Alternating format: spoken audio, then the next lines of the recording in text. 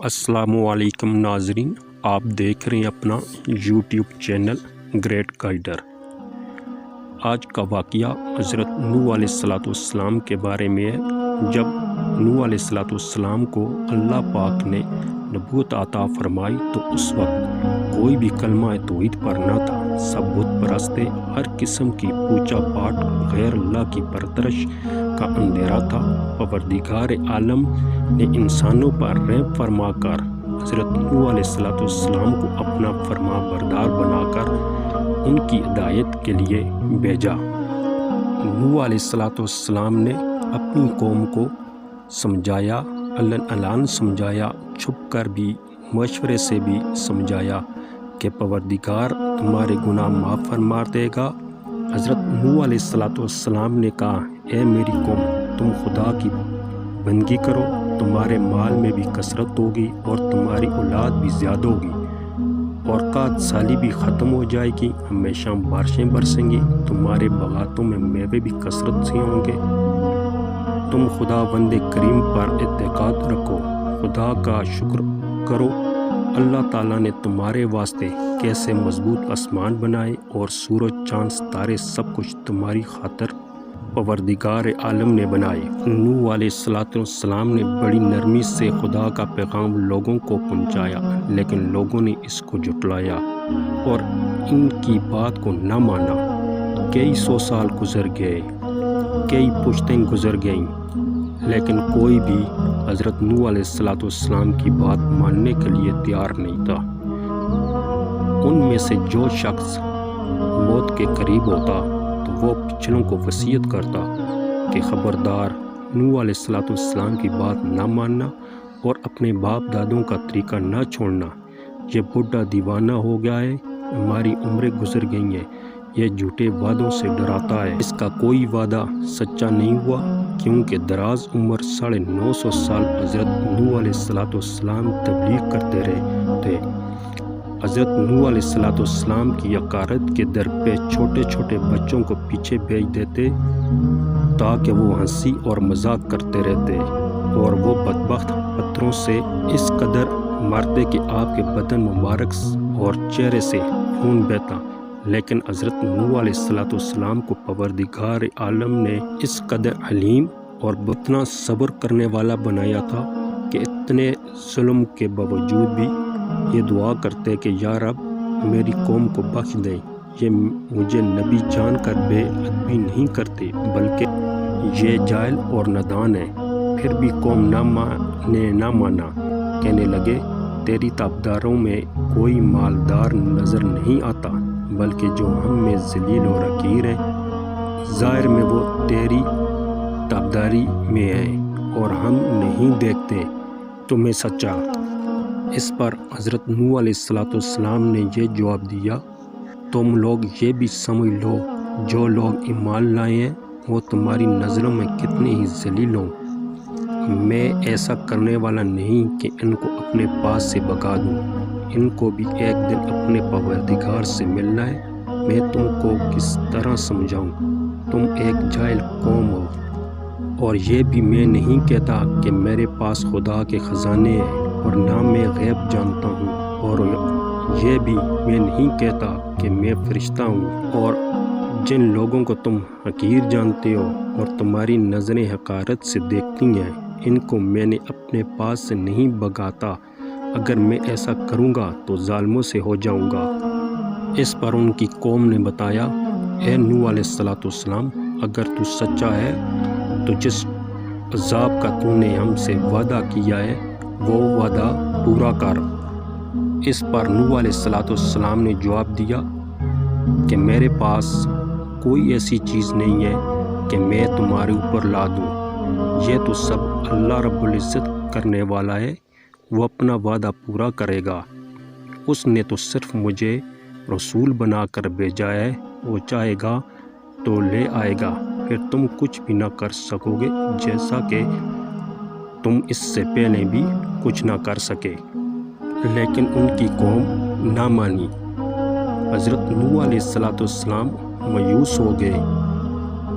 جب قوم سے ان کی دشمنی زیادہ ہو گئی اور قرآنی ثبوت سے سارے 900 سال گزر گئے، جیسا کہ قرآن پاک میں حضرت نوح علیہ السلام کی عمر 950 سال بتائی گئی ہے۔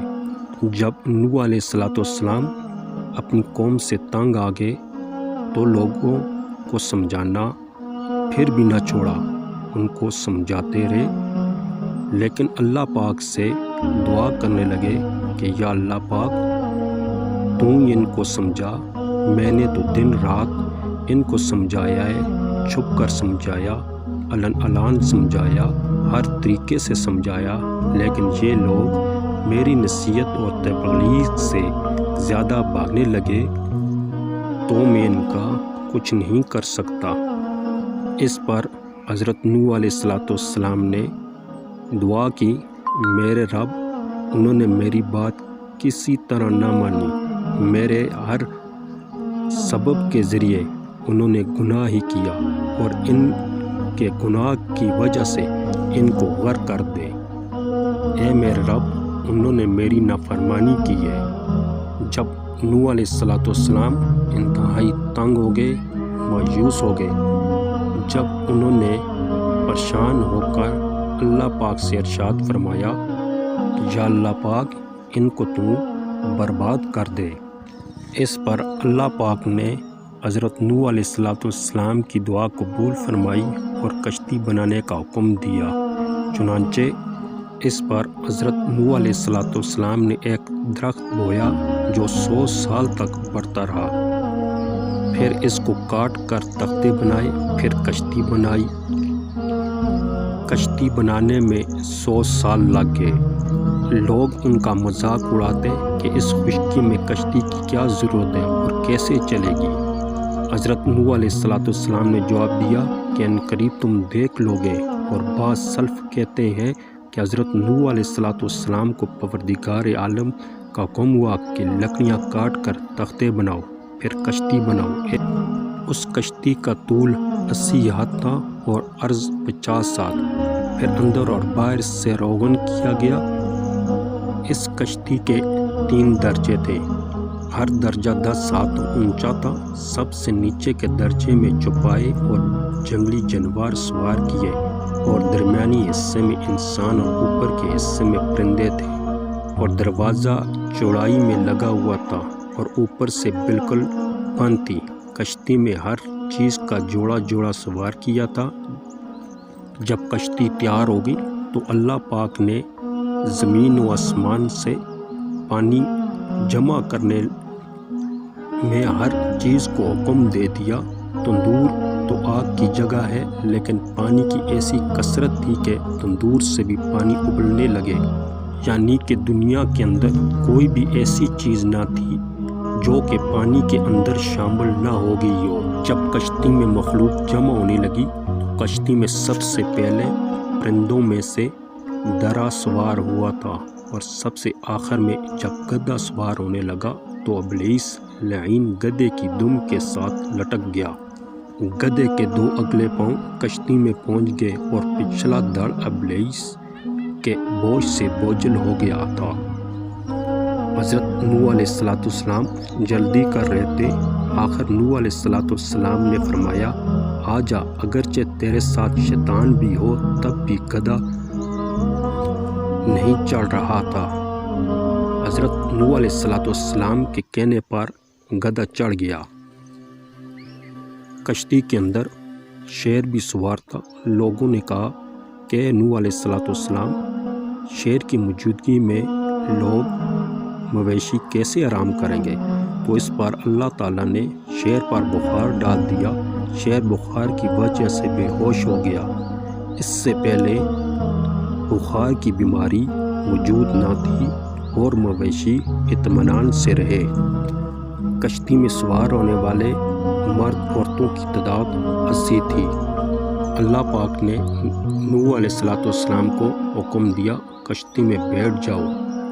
اس کشتی کا تیرنا بھی خدا کے نام کی برکت سے ہے اور ٹھہرنا بھی خدا کے نام کی برکت سے ہے۔ پھر کشتی پانی پر پہاڑوں کی طرح جاتی تھی، جیسے کہ سمندر میں بہت بڑا پہاڑ تیر رہا ہو۔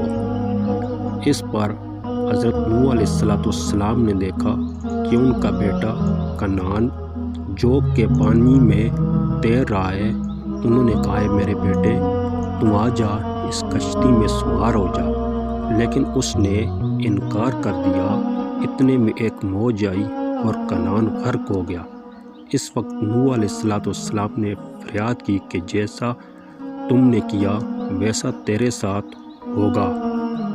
پھر یہ کشتی تیرنے لگی اور اللہ پاک نے اس کشتی کا منہ مکہ مکرمہ کی طرف کر دیا۔ پھر وہ 40 دن تک بیت اللہ شریف کا طواف کرتے رہی۔ پھر پروردگار عالم نے زمین و آسمان کو پانی روکنے کا حکم دیا۔